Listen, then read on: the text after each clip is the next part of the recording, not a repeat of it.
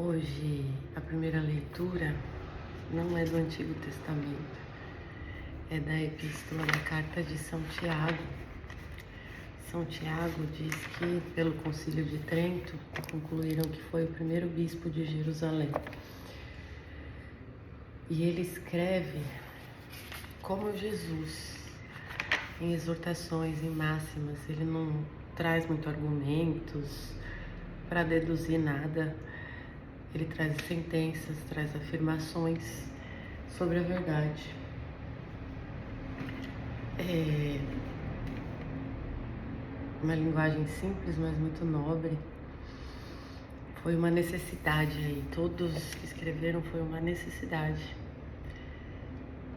Diante de heresias, no caso dele foi na época de São Paulo, estava tendo muitas heresias a partir das más, erradas opiniões, interpretações das cartas de São Paulo, aos Gálatas, principalmente Romanos. E ele foi combater essas heresias surgindo enquanto São Paulo estava longe dos locais que estavam acontecendo má interpretação das suas cartas. Então, na lectio de hoje, não consigo sair do primeiro parágrafo, aí eu leio de novo e aparecem mais coisas.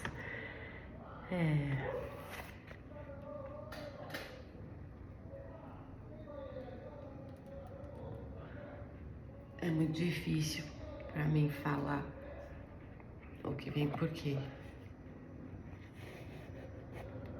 Porque é quando eu tô no silêncio, lendo no silêncio, que eu vejo a sabedoria de Deus em suas palavras, as palavras dos seus apóstolos inspiradas pelo Espírito Santo. Quando fala, parece que interrompe, sabe?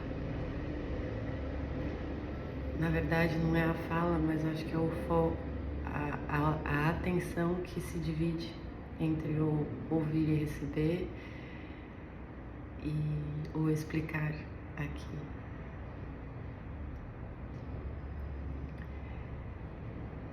Tiago 1, do 12 ao 18. Ontem, então, foi do 1 do início, né? O início da carta de São Tiago. E agora continua, do 12 ao 18.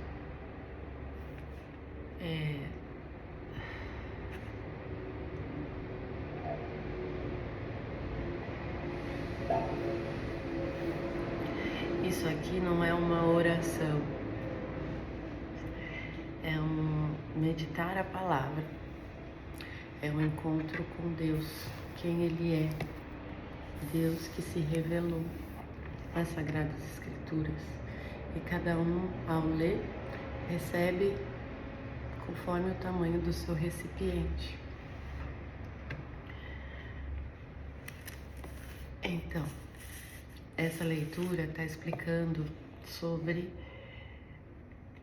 uma verdade, uma realidade perene da vida humana, uma realidade que sempre houve desde a saída do Éden, do pecado original, e vai nos acompanhar até a parousia, até o fim, né? Ou até a nossa morte pessoal de cada um, né? A morte terrena. Essa realidade, ela é apresentada tal como tudo é. Tem dois lados. Toda a realidade tem dois lados. É a lei da polaridade. Tudo abaixo do firmamento é dual. E por isso a gente consegue fazer a leitura simbólica das coisas e analogias, né? Que é um modo de leitura simbólica. Porque encontramos o polo oposto daquilo que a gente está vendo. Portanto, é a mesma natureza. Por exemplo, uma pilha tem o polo positivo e negativo, mas o positivo e negativo é a pilha, é uma mesma natureza, pilha, entenderam? Isso é muito importante vocês saberem, porque isso é o ordenamento do seu senso comum. Porque quando você vai pensar sobre qualquer coisa, se você não sabe como é a ordem do Logos, a cosmologia, tal como ela é, como funciona a natureza, você começa a pensar a partir de coisas que não é o funcionamento da natureza das coisas. E aí você se perde lindo. Um caos mental acontece. Você fica só em um lado. Essa é a perda. Você fixa, a fixação que Freud fala muito bem. Você fixa naquilo ali e não passa na sua cabeça, por não conhecer, por ignorância, que aquilo ali tem o seu lado oposto, naquela mesma natureza. Então, você vê, por exemplo, o marido violento, naquela mesma natureza violenta é um polo. Tem o polo oposto ali também, impotência. O que está sendo manifestado é um polo.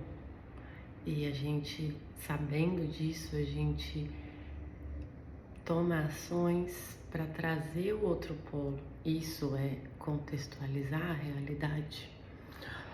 Isso, em outras palavras, nas palavras de Jesus, é que quando te baterem de um lado, dê o outro. Não é porque você é idiota, tolo, porque cristão é tolo, mas é porque você vai trazer, despertar o outro polo da natureza manifestada daquela pessoa violenta que te bateu. Quando você tem o gesto de dar o outro lado, ao invés de continuar no polo que ele está, intensificando só um lado e ficar descompensado, a balança do equilíbrio, aí tomba tudo, que você pesa mais naquele polo, não, você traz o outro. E o equilíbrio pode ser retomado. Claro que no final é a liberdade do sujeito que manda. A decisão de cada um. Decisão do outro, do que ele vai fazer quando você apresentar outra face. Só que, independente da decisão dele, esse é um ponto, outro ponto que desordena vocês. Independente da decisão dele, do que ele vai fazer com a sua outra face que você oferece, você deve sempre oferecer. Porque essa é a sua responsabilidade, é esse gesto que vai determinar o caminho da sua vida, se está caminhando para um equilíbrio e harmonia, que é a satisfação da sua vida, a sua integração, ou caminhar para o caminho desse cara descompensado. Você vai junto com ele pro buraco, se você revida ao invés de dar. Então, independente de, por exemplo, você deu a outra face, usando o exemplo de Jesus, né? E o cara bate e continua agressivo. Ai, tá vendo? Eu não devia ter dado, tá vendo? Olha o que aconteceu. Não pensa isso. Você tá pensando pelos raciocínios humanos de causa e efeito. Ou seja, você está defendendo a sua própria vida, a sua sobrevivência. E não tendo ato de fé, entendendo que aquela máxima princípio fundamental. O homem que buscar se preservar, se sobreviver, preservar sua própria vida, vai perdê-la. Mas aquele que abandona isso no ato de fé e decide amar, vai ganhar a vida, né? Em minhas palavras, citação de Jesus. Não me pergunte aonde está, tá? Eu não me apego a números, aonde está, a citar, transcrever exatamente, não. Eu guardo, eu decoro, tá? O essencial.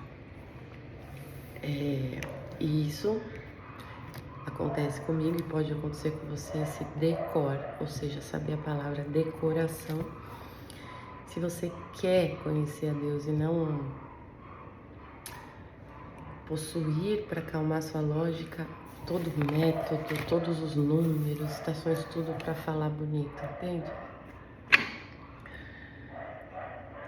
Bom, é necessário entender isso para poder fazer bem essa leitura de hoje e de todas. Então, cada leitura eu trago para vocês um aprendizado prático do funcionamento do mundo, como a natureza das coisas funcionam na ordem do Logos divino, ou seja, a lógica divina que criou em Gênesis a natureza das coisas que se auto-resolve a partir dessas leis. Então, se tá muito calor, vem bastante chuva na mesma intensidade, entendeu? E é assim que funciona.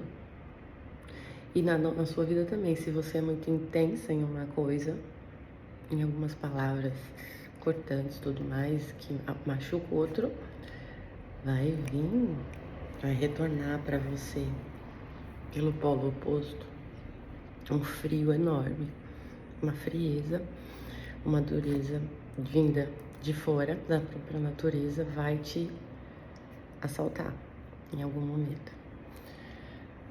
Mas quem está vivendo a vida reflexiva para perceber essas coisas além das aparências dos cálculos, né? Então essa leitura ele traz uma realidade que não muda, não adianta vocês pegarem, que é a tentação, que é um polo de uma natureza, do funcionamento das coisas, é a natureza do movimento tensional da vida humana, entre tentação e a outro polo, o bem, a não tentação, que é o bem, porque a tentação é má, a gente não gosta, né? Incomoda, deixa a gente ansiosa, agita, irrita. Esse moleque me tentando aqui, não é? A gente fala. As mães. Então, não é uma coisa que a gente escolhe. Duas coisas a gente não escolhe aí. A realidade da tentação tá aí, não vai mudar. Para com a viagem na maionese de achar que um dia não vai existir mais tentação na sua vida, se curando para não ter mais tentação, você não ser mais tentada. Não vai acontecer. Na verdade, quanto mais você progride no seu caminho, mais tem. Porque você está mais forte progredindo no cultivo da vida interior, você está mais forte, então você pode receber mais tentação. Isso é um bem, porque pela tentação eu reconheço o bem. O sentimento de ansiedade, de angústia, mal que é tentada, de irritada, me mostra que existe um lugar oposto e que minha alma, essência humana, que eu não escolhi, eu fui feita assim, se atrai pela calma, pela tranquilidade, pela serenidade. Eu descubro isso na tentação. Senão não teria como descobrir. Vocês entenderam a importância? Então, essa leitura traz a tentação e na mesma natureza, portanto, encontro o bem. Então, mal e bem. Estamos falando aí do conhecimento do bem e do mal, que é uma mesma natureza, polos opostos. O que significa isso? Eu, na minha liberdade, recebi da imagem e semelhança de Deus em mim, se eu sou envolvida, tentada, eu, pelo uso da minha racionalidade, pela minha intenção da minha vontade, saída da ignorância, conhecendo isso, eu posso mudar de polo. Agiram sobre mim e eu fui tentada. Polo negativo aconteceu. Eu trago pelo meu ato, minha intenção de vontade, o outro polo. Porque eu quero harmonia, eu quero equilibrar e não intensificar e me fixar em um polo só e tombar e cair a balança. Entende? Isso independe da resposta do outro. Independe da primeira ação ser justa ou injusta do outro. Isso é ser fiel ao seu núcleo. Isso é ser esperta, isso é ser inteligente. Isso é progredir na sua vida plena. Se integrar. Isso é entender a autorresponsabilidade sobre a própria vida. Isso é saber que é se dar conta real, não pelo entendimento mesmo, e não só por obediência à regra, porque você leu, da sua responsabilidade na sua própria vida ser serena, alegre ou um caos, um estresse o dia inteiro, tensão o dia inteiro, problemas o tempo todo. Não é culpa dos outros. O mundo tá aí no seu funcionamento. Você esperar que mude o funcionamento do mundo e a conduta das pessoas é fora totalmente da casinha, a grande viagem na maionese. Isso é depender dos outros para se realizar, esperando que em algum momento o mundo vai mudar, as leis vão mudar da natureza, funcionamento, ou o outro vai mudar, sendo ele então seu salvador, que a hora que ele mudar, aí você salva. Que loucura, né? Então, é isso que vamos ler. Bem-aventurado o homem que sofre a tentação. Entenderam agora? Porque a mulher desavisada e ignorante que lê isso, bem-aventurado o homem que sofre a tentação. No fundo, ela não concorda. Como assim, bem-aventurado? Só que, né, a católica fica assim, dissimulada. Aí a amiga tá sendo tentada e desabafa com ela, ela tá num dia bom, ela fala, ai, amiga, que Deus avisou, é assim, você é uma bem-aventurada, fique em paz, aguenta aí. Mas é uma ignorante, não sabe nem o que tá falando. Isso é o moralismo, a ignorância entre mulheres, muitas mulheres cristãs, sabe, que repete na ignorância. Por moralismo, por só memorizar exteriormente, sabe? Comprar a ideia dos outros, seja da igreja, da onde for, não é saudável. Você comprar ideias dos outros que você não ruminou, não deliberou, não buscou o conhecimento dela, o sentido dela, o princípio, a razão final, para quê? Aí sofre, não entende por que se sente toda culpada e mal, porque no final, no íntimo, no exame de consciência à noite, sabe que não conseguiu, que caiu na tentação e se sente mal, diz, eu tô me sentindo muito mal porque eu pequei contra Deus. Acorda, minha filha, você tem que buscar o conhecimento do funcionamento das coisas e de Deus. Se você busca só o conhecimento do funcionamento das coisas e não de Deus, dá merda também. Se busca só os conhecimentos de Deus e não o funcionamento, o conhecimento das coisas, vira uma hipócrita, moralistinha. Entendeu?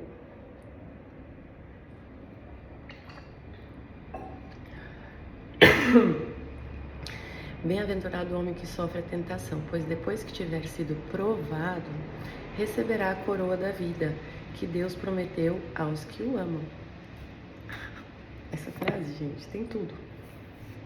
Quem pode ver? Então, bem-aventurada, feliz, o ser humano que sofre a tentação. Então, sofrer é paixão, gente. Então, tentação é uma paixão que nos assalta.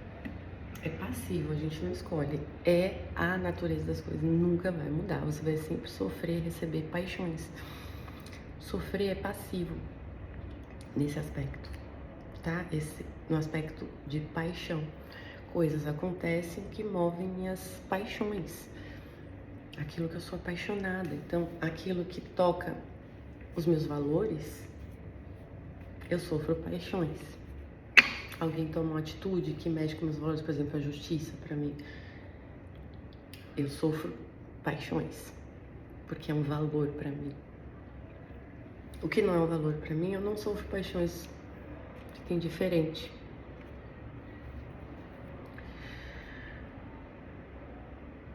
Aí, por que bem-aventurado o homem que sofre a tentação? Por quê? Vindo dessa paixão, ele pode ser tentado, ele pode ser provado. Sem a agitação da nossa paixão, como é que a gente vai provar quem a gente ama? Provar a nossa fé, que a gente ama a Deus. É semelhante, você tem um namorado, e aí no namoro, né, tem situações aí que ele tem amigas e tal, e, né, aí ciúmes e não sei o que, são tentações que permitem, que abre e manifesta a possibilidade de você provar quem você é para ele, o que você quer dele, o que você espera dele, quem você é, aparece. Você entendeu? Sem a tentação não tem como. Sem a tentação, ninguém pode conhecer ninguém. Você não pode se conhecer.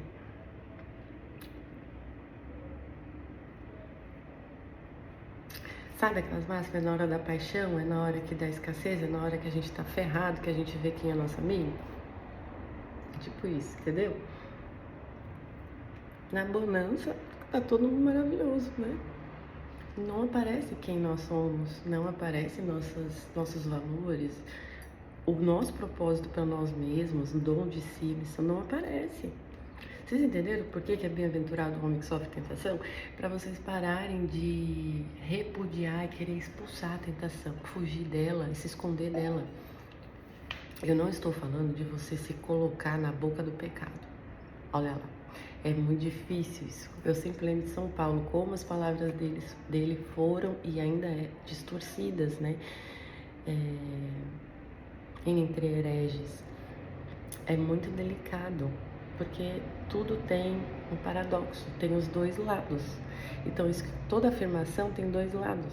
Então, isso que eu acabei de falar, tem o outro lado da moça pensar, nossa, então eu vou procurar a tentação para eu ser provada logo e me livrar. Não precisa procurar a tentação, porque ela vai vir. Tá, se você procura, você é idiota, você é tola. Bem-aventurado o ser humano que sofre a tentação, não que busca ser tentado. Tá bom?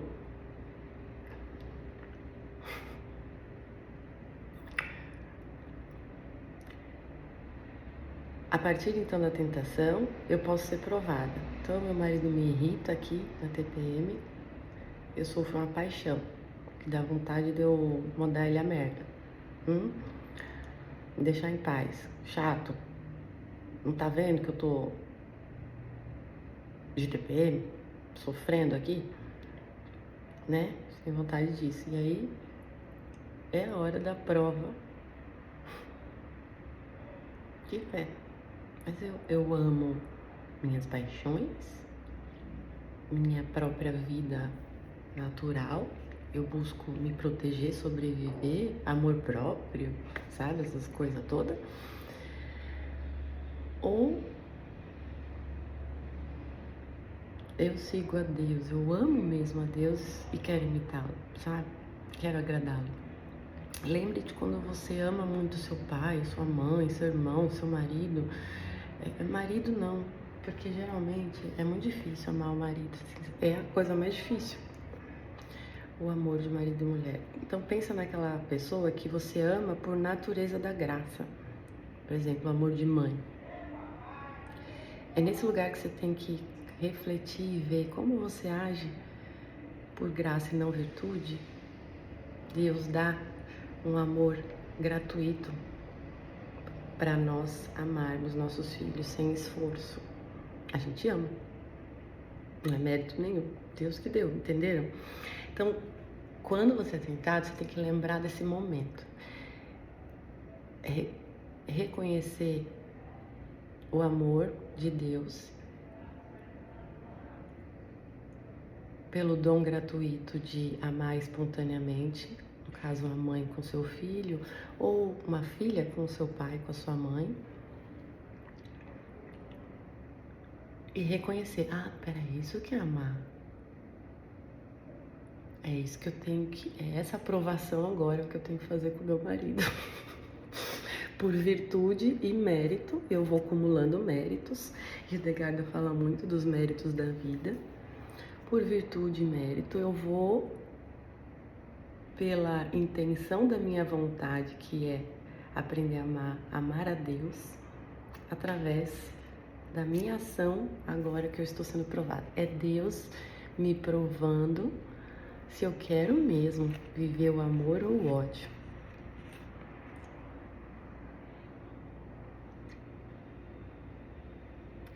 Então, a coisa tudo na hora do vamos ver é muito rápida.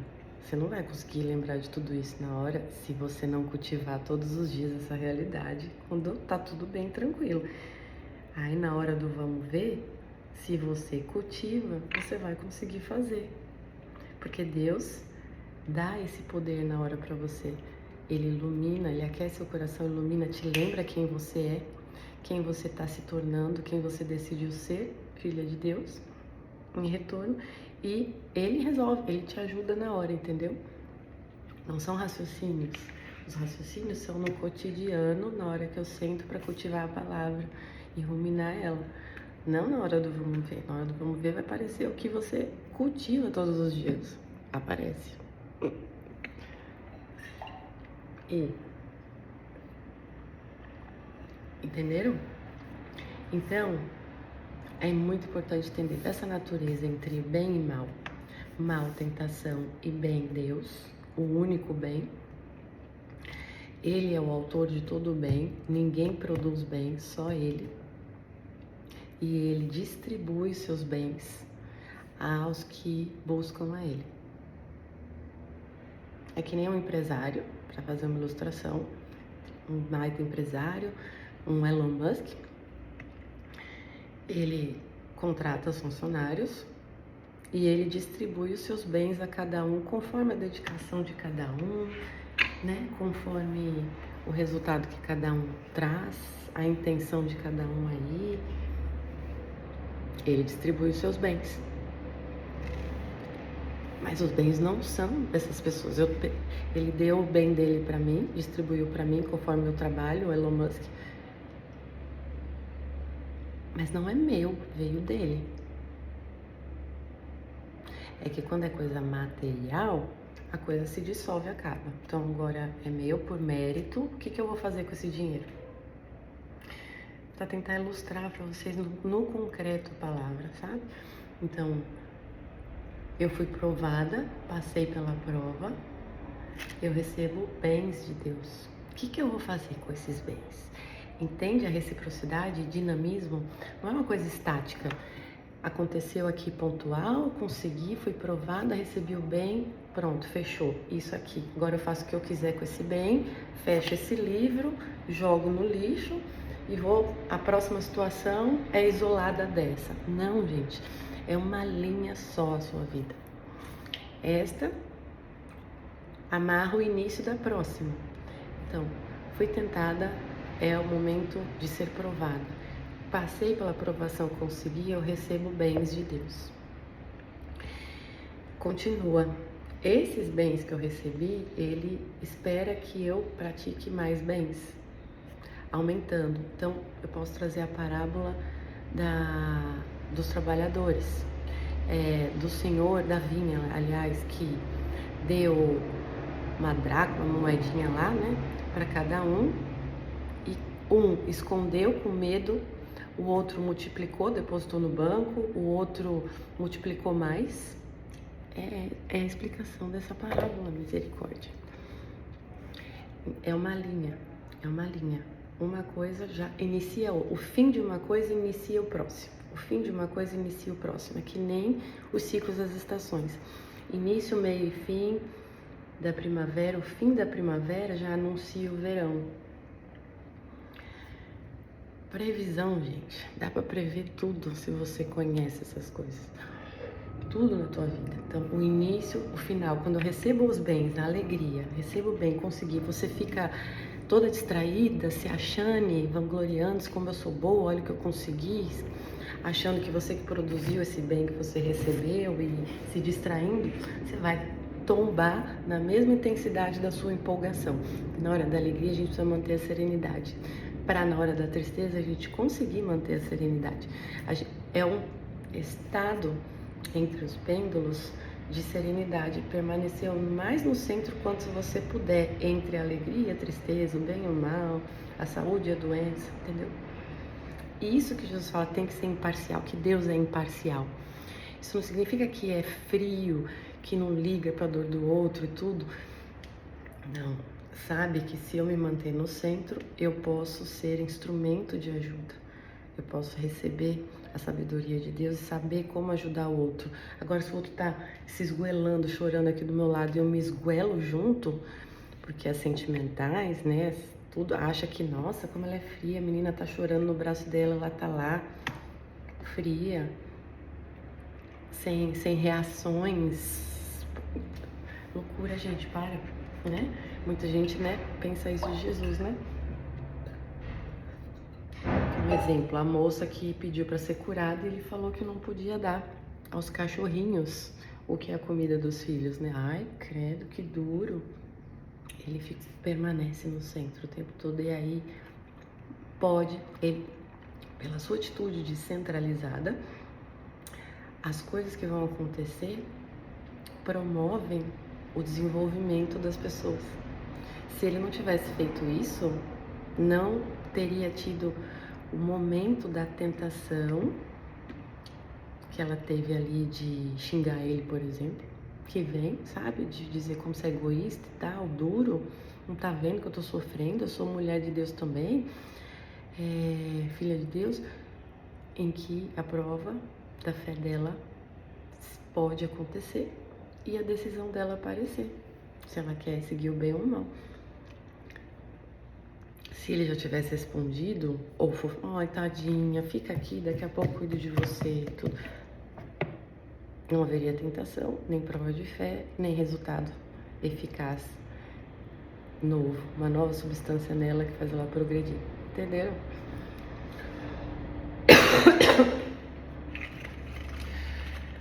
Então, essa é a coisa, tentação, provação.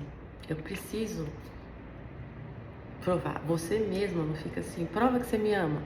No seu coração, às vezes você não fala, né? Dissimulada, mulher, mas fica olhando o namorado, o noivo, o pretendente, tipo, esperando uma prova de amor, um sinal. Por que me pedem sinal se eu tô aqui? Né? Foi o que eu falei esses dias com minhas alunas. O sinal, o cara tá aí, tá te ligando todo dia, tá com você. Que chata. Que cega. Que é um sinal mais óbvio que esse, cara, eu tô te ligando todo dia, nós estamos juntos, nós estamos noivos, o que mais você quer? Como Jesus, que sinal vocês querem se eu tô aqui? Não há sinal nenhum maior do que eu aqui falando com vocês, estando aqui amando, ensinando, chamando. Jesus com os fariseus quando pediram um sinal, entendeu?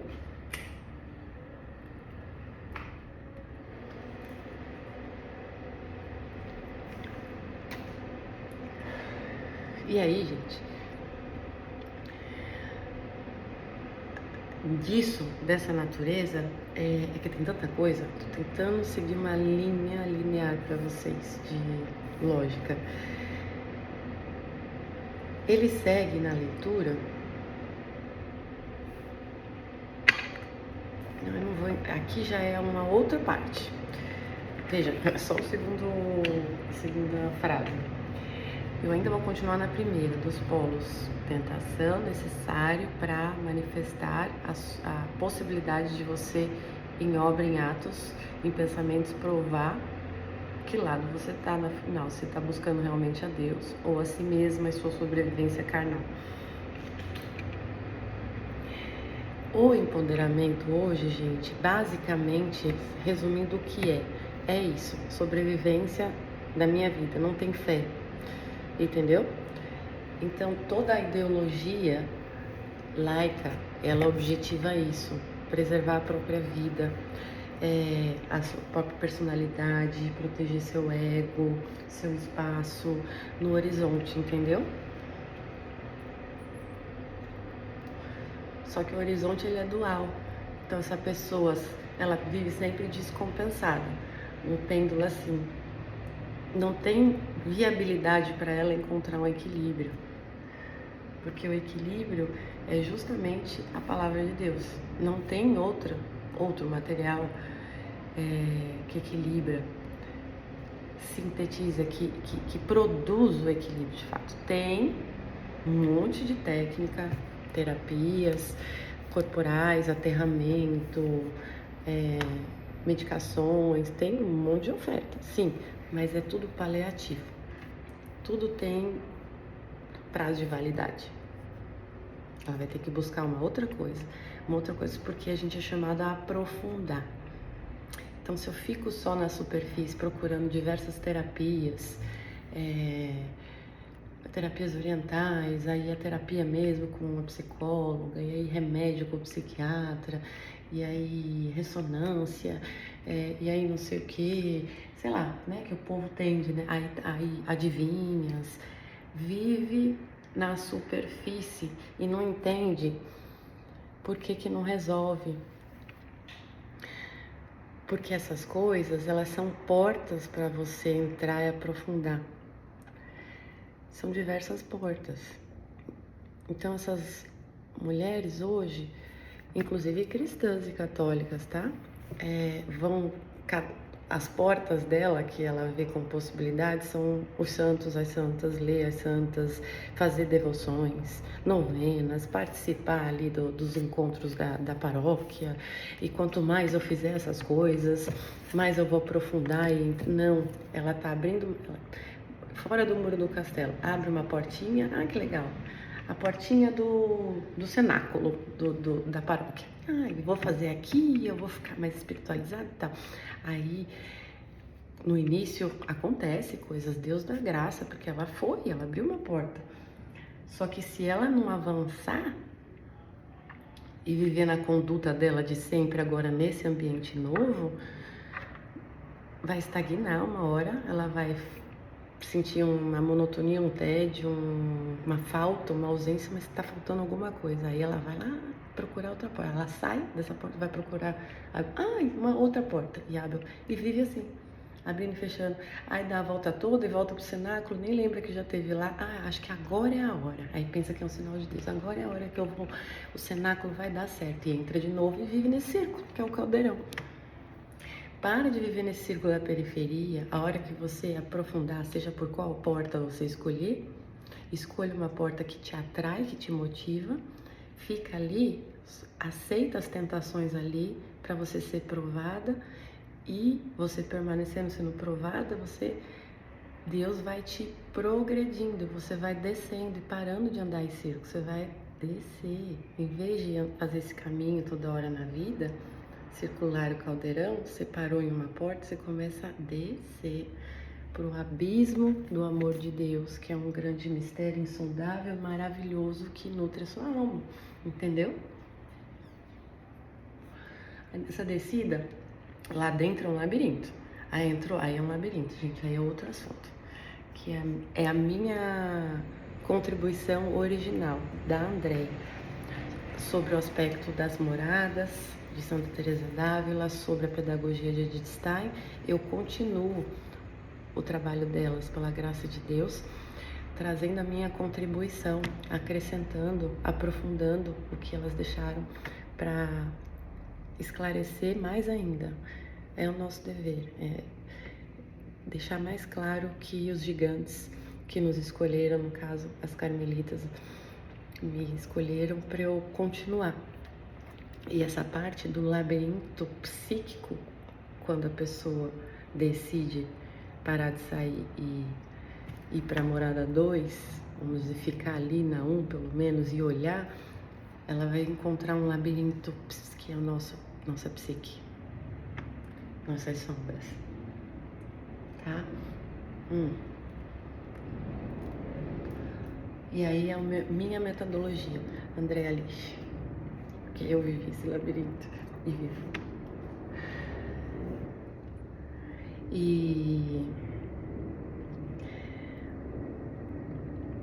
E aí, ainda nesse parágrafo, eu escrevi, né, eu quero compartilhar com vocês.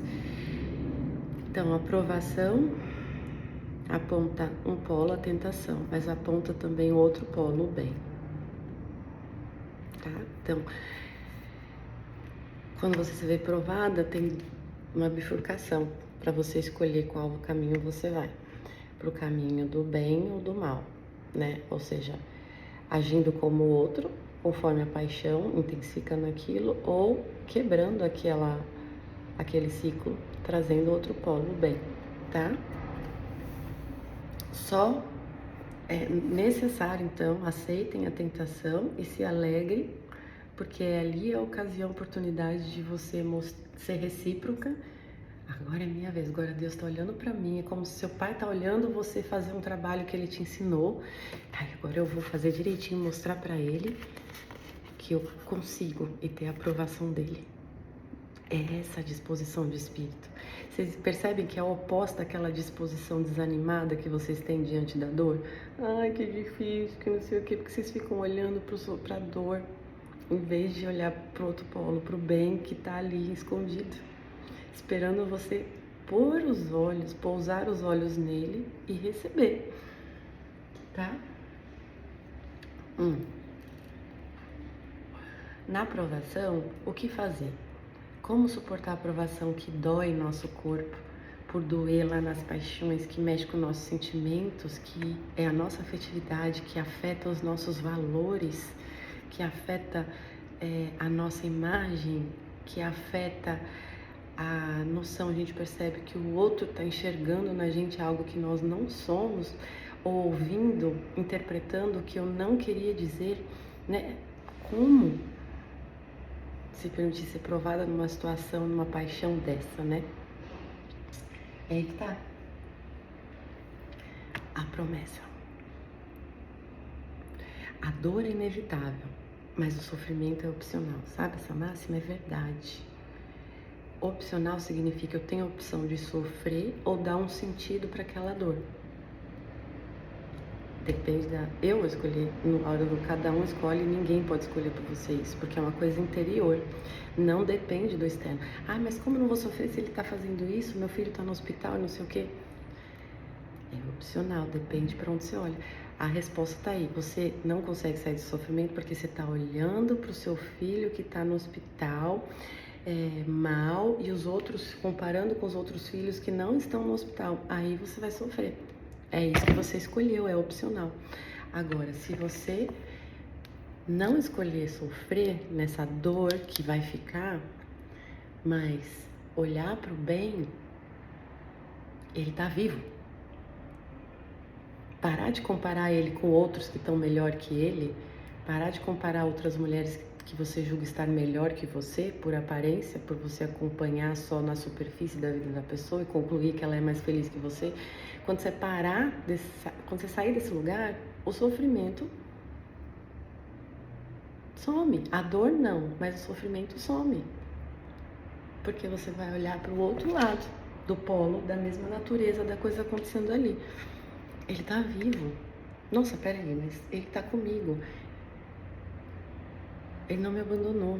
Aconteceu essa situação, a gente tá brigado e tal, mas ele veio para casa. Você vai buscar o bem.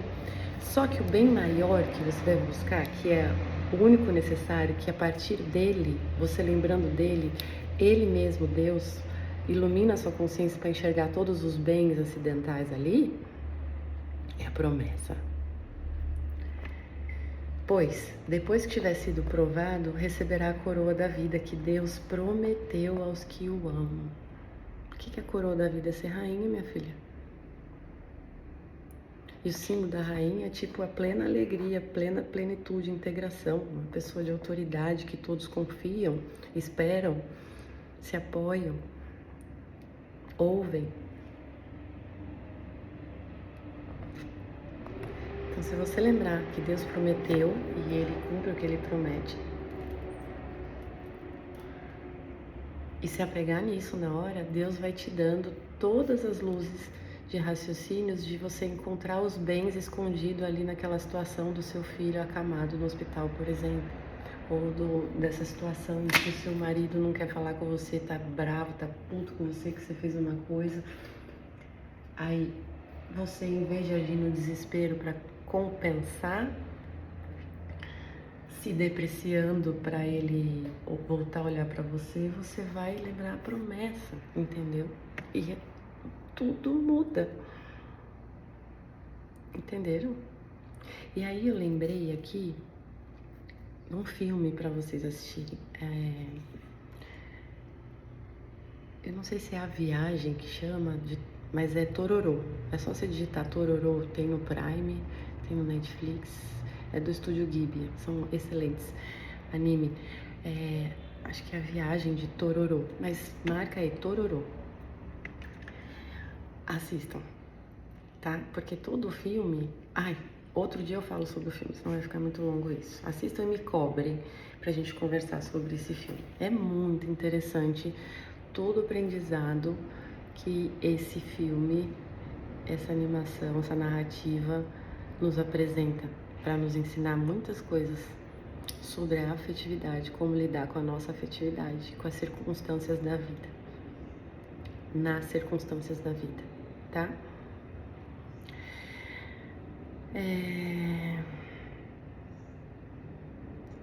Então, se apegue na promessa.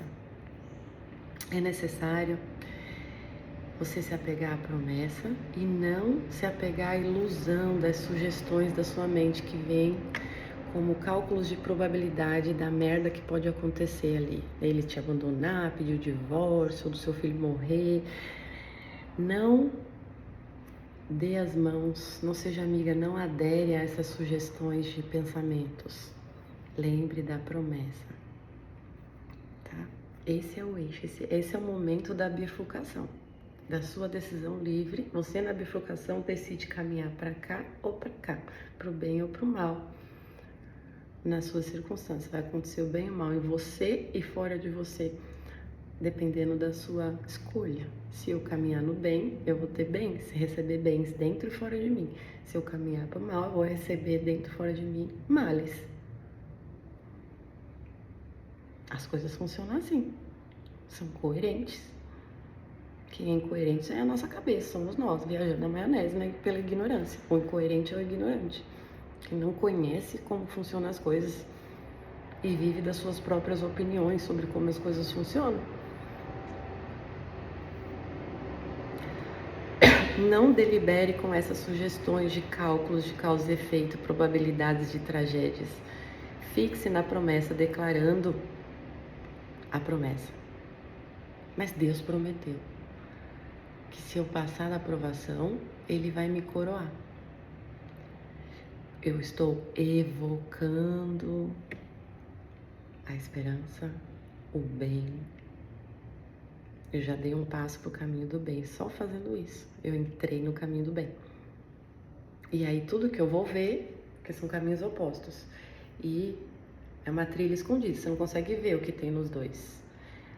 Quando você entrar, que você vai ver o que tem lá dentro daquele aposento, daquele ambiente.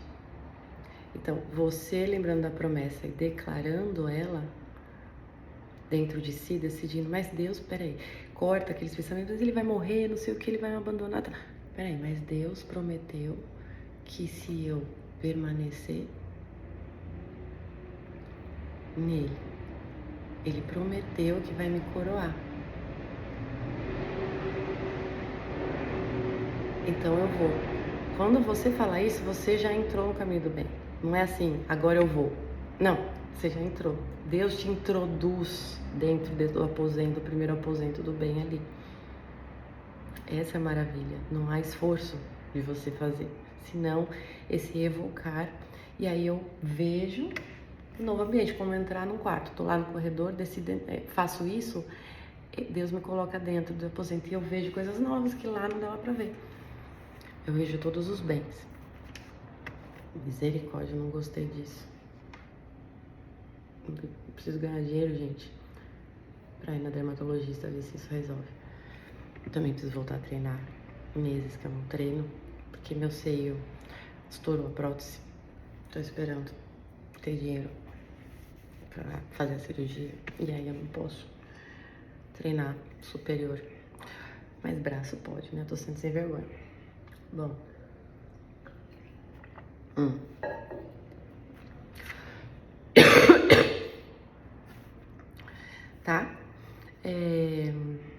você já está evocando a esperança e as boas qualidades. Bom, qualidades é um pleonasmo falar boa qualidade, tá? Porque qualidade já é bom por si mesmo, no sentido da sua palavra. Então você vai evocar a esperança e as qualidades humanas, a sua humanidade, vão se manifestar na sua consciência e coração, na sua percepção, vão aparecer. E vão aparecer na frente daqueles cálculos de tragédias, de coisa ruim, horrível que estava antes na tua frente, no teu córtex pré-frontal. Esse evocar, você traz para o seu córtex pré-frontal as qualidades humanas, as qualidades da vida, as qualidades de viver, as qualidades de tudo. Aí você começa a viver uma vida qualitativa e sai da vida quantitativa. Ideologias e mulheres católicas e cristãs tudo vivem uma vida quantitativa. Eu calculo o que ele fez, o que eu fiz, eu calculo a probabilidade. Você sai dessa dinâmica de vida terrível, circular horrível, e vai para a dinâmica qualitativa, em que progride em qualidades. Em outras palavras, progride em virtudes. Eu não gosto de usar a palavra virtudes porque foi totalmente desvirtuada na rede social a palavra virtude. As pessoas, as mulheres já associam, as cristãs já associam virtude com coisas totalmente erradas. Imagens muito erradas aparecem na cabeça dela por evocação dessa palavra. E nas laicas também, um ódio. Aparece o termo igreja, virtude para as laicas e para as católicas. E ela começa a viajar na maionese, romantizar, viver no mundo alado, abstrato, tirar o pé do chão, tá? Então eu tenho evitado usar essa palavra. Bom, aí o protagonista dos seus pensamentos, o ponto de origem dos seus pensamentos vão ser os bens, as qualidades e não os cálculos de tragédias. A mulher fixada nas coisas ruins, sabe? Quantas provações femininas são distintas das masculinas? Tanto as tentações quanto as provações, quanto o coroamento. A coroa da rainha é diferente da coroa do rei. A mulher deve suportar um mistério sozinha. O mistério de saber antecipar coisas que não se materializaram ainda, ela saber receber isso, vaso receptáculo que somos, sacerdotisas, que geramos vida, fecundamos. Isso não é só físico, mas é espiritual, é ideias, situações. Novas substâncias nascem por meio dos pensamentos da mulher. Do homem nascem novas matérias, instituições, né? Ideias de Estado, governos, modos políticos e tudo mais, seja na sua empresa privada, seja como um funcionário, novas ideias ali de probabilidades. Na mulher, a gente gera novas substâncias que não existiam antes, possibilidades que não estavam no campo de visão ali antes. Criatividade, ideias que solucionam problemas que parecem indissolúveis aos homens que são tentados nessa luz, nesse sol lógico. E nós, lua, na escuridão do mistério a gente recebe. Como comunicar isso se isso não existe? Como vão acreditar em mim se não tem probabilidade nenhuma disso dar certo? Aí a tentação da mulher e a provação é não falar antes da hora. Essas são as noivas prudentes. A mulher sábia, a mulher virtuosa de provérbios, né? Da Bíblia. A tentação da mulher, então, é atropelar o tempo, não respeitar o ciclo das coisas, não ter paciência quanto a isso.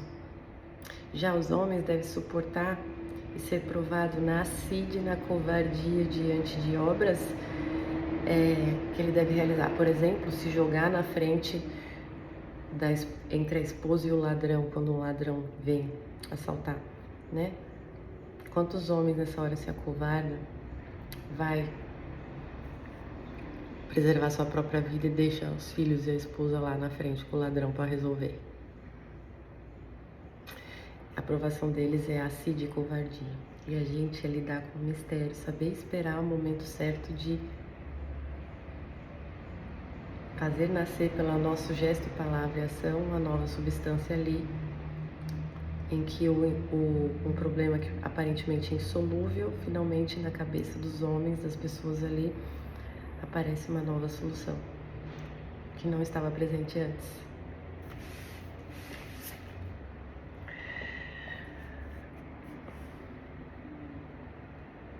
A segunda parte da leitura aqui de Tiago é muito importante, é a continuação. Quem tenta não é Deus. Muita gente cai, muita mulher cai culpando a Deus. Por que você me tenta? Por que fez isso comigo? O que eu fiz? Eu não mereço.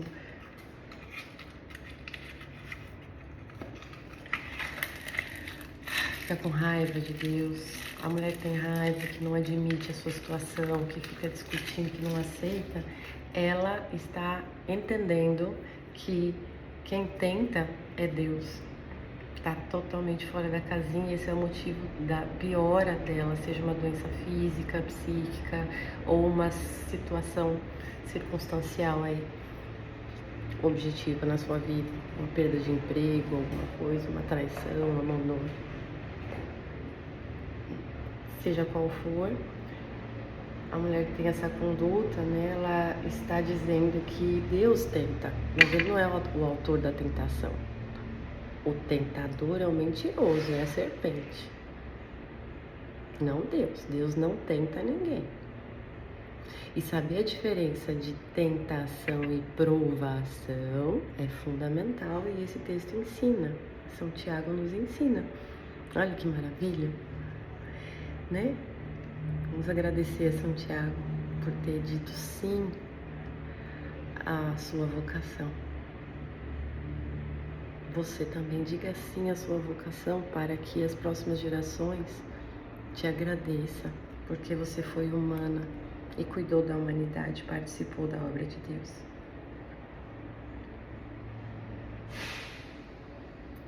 Ninguém, quando é tentado, diga que é tentado por Deus, porque Deus não é tentador de coisas más e Ele não tenta ninguém. Então, Ele foi enfático, Ele foi exagerado. Foi uma hipérbole aqui, porque Ele quis ser específico e o geral.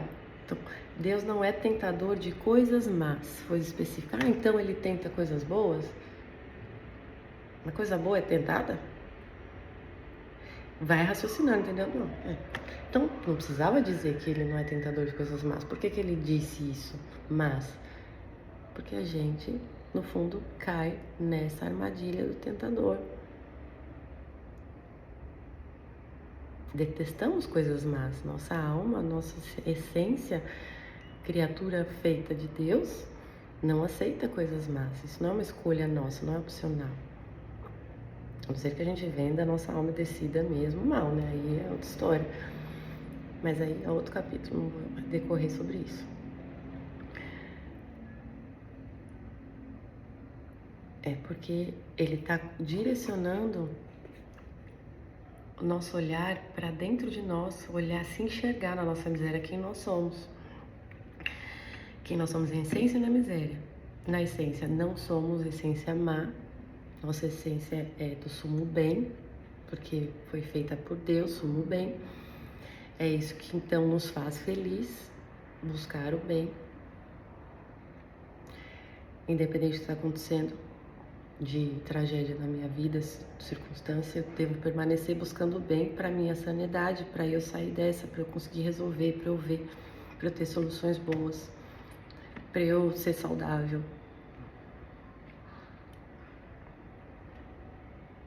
E aí segue, ele não tenta ninguém, mas cada um é tentado pela sua própria concupiscência. O tentador, né, os três inimigos, o mundo, com as suas tentações sensíveis, pega a gente pelos estímulos sensoriais, e oferecem imagens, crenças, palavras, imperativos máximos, repete, repete, repete, em propagandas, slide, tudo, por sugestões através da arte, música, vai tentando. O próprio tentador, que age na nossa concupiscência, ele é extremamente inteligente, é espírito, então ele acessa a nossa imaginação e memória,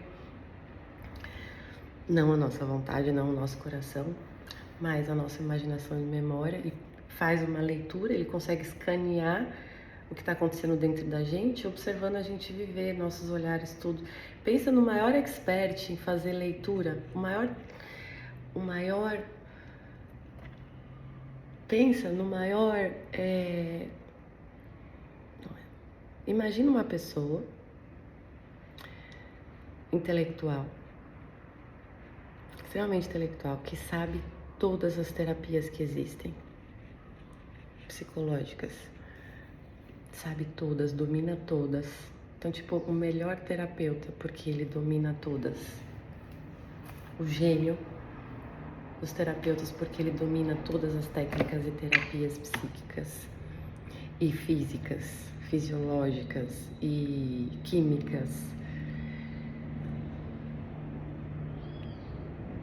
É o tentador, a serpente. Então ele olha, imagina esse cara, esse gênio, e faz um scanner, tipo, você se mexendo, seu tom de voz, seus olhares, todo esse conjunto ele capta, porque ele domina todas as técnicas, ele estudou expressão corporal, ele estudou a terapia corporal, holística, fisionomia, imaginação, memória, estudou tudo. É o tentador. Então, ele faz, não é que ele entra no nosso coração, porque não pode, mas ele escaneia, entendeu? Ele é esse gênio aí, que o mundo adoraria, idolatraria, esquecendo-se de Deus. Que é o que o mundo faz, as pessoas ficam idolatrando os intelectuais. Intelectuais tomistas e não sei o que aí na rede, né? Filósofos, os caras que sabem tudo, aplaude. Tá aplaudindo o tentador. É ele.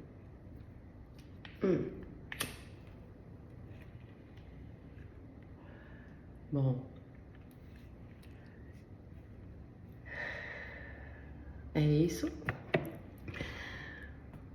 Cada um é tentado pela sua própria concupiscência, que o atrai e alicia. Então, ele conhece, escaneia, sabe todas as suas tendências, inclinações de concupiscências, suas fraquezas e fragilidades. Por isso tem que fazer guarda dos sentidos, gente. Porque se você fixa seus olhos nessas coisas, você acende sua concupiscência, você vai ser tentada, porque você pôs a sua atenção para aquilo que não devia.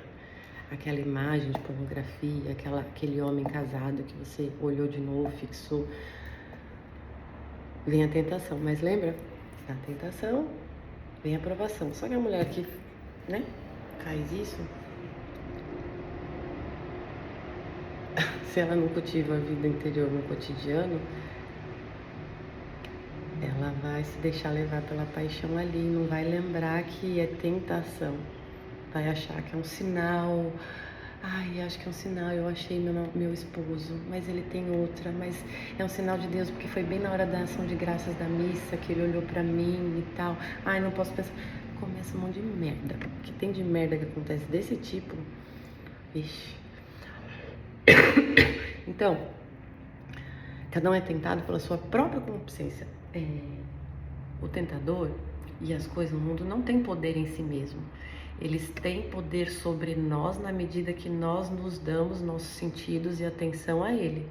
Entendeu? É como abrir a porta da tua casa para ele entrar. Então mantenha trancada. É necessário que você conheça as suas fraquezas para você saber que porta trancar. Autoconhecimento, FAV.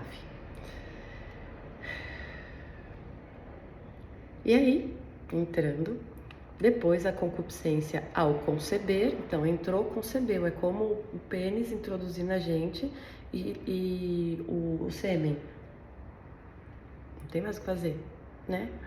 Tá ovulando, minha filha, a probabilidade vai conceber, né? E aí dá a luz ao pecado. E o pecado, quando tiver sido consumado, gera a morte. Então, o pecado está dentro de nós. Não é o que a gente coloca para dentro de nós que nos impurifica. Jesus disse, é o que sai de nós. Mas tudo que sai de nós entrou. Nós permitimos entrar em nossa alma, no nosso coração, sem filtragem, sem escolher. Isso eu não quero, isso não me pertence, não vai entrar no meu profundo. Isso vai ficar na periferia de mim. Porque a gente vai ver coisas que não gostamos. É inevitável. Então, mas eu mantenho na periferia de mim. Como? Não fixando meus olhos, meus ouvidos nisso. Aí eu mantenho na periferia. Mas se eu prestar atenção é o ato de pôr para dentro. E aí, concebe. A luz do pecado dentro de nós. Começa ideias, sugestões, fantasias sobre aquele cara que é casado, por exemplo, a solteirinho. Já está pecando. E o pecado, quando tiver sido consumado, porque uma vez que eu decido dentro de mim fixar meus olhos nisso, nessa atitude adúltera, ele ser concretizado externamente é só uma questão de tempo. E concretizado, você desenhou um novo capítulo aí, uma nova história na sua biografia, e esse desenho é da morte.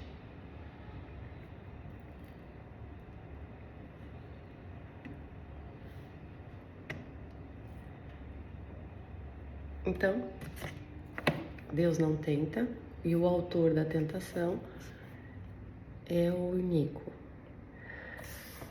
Mas, e sempre traz outro polo da mesma natureza, Deus é o autor de todo o bem. Não existe só o tentador, existe o provedor do bem. Deus é o autor de todo o bem.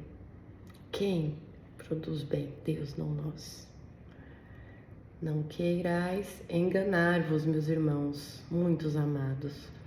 Toda dádiva excelente, todo dom perfeito vem do alto e descende do Pai das luzes, no qual não há mudança, nem sombra de vicissitudes. Por que ele enfatiza isso? Porque quando um bem acontece através de nós, a gente se acha. Esquece de Deus, acha que a gente que produziu. A vaidade, a vanglória é a tentação desse momento. E com ela vem a aprovação de permanecer humilde diante dos elogios, de uma manifestação de uma coisa boa que aconteceu por meio de você, porque foi Deus e você é só um vaso, um receptáculo, um instrumento, não a produtora do bem. E Deus faz isso por vontade dele, não porque a gente merece. Ele faz isso porque ele é o próprio bem. Então a prova que ele é o bem é ele nos dar esses bens sem a gente merecer. Só por lembrar dele. Por ele amar a gente, por amor. Desinteressado. Deliberado. Incondicional. Por sua vontade, nos gerou pela palavra da verdade. Ele quis nos gerar por amor, por sua vontade. Vontade. A fim de que sejamos, para que ele nos gerou? Para a gente ser as primícias das suas criaturas, as primícias, a essência, os primeiros, as primícias, o suprassumo da criação de Deus somos nós. É que nem uma mãe que esperava muito engravidar e conseguiu, se esforçou, fez dieta, fez tudo direitinho, mudou os hábitos e tal para conseguir isso da melhor forma possível. Então, sim, esse primeiro filho são suas primícias. Então, ela dá tudo para ele, assim, por um amor desinteressado. Não porque ele merece ou não, independe se ele mente, erra ou não que ele escolhe. É sobre isso. E eu vou ficar por aqui. Eu não vou para a próxima leitura hoje. Façam vocês a próxima leitura, levando esses elementos para vocês exercitarem a real meditação da palavra. Um beijo apaixonante.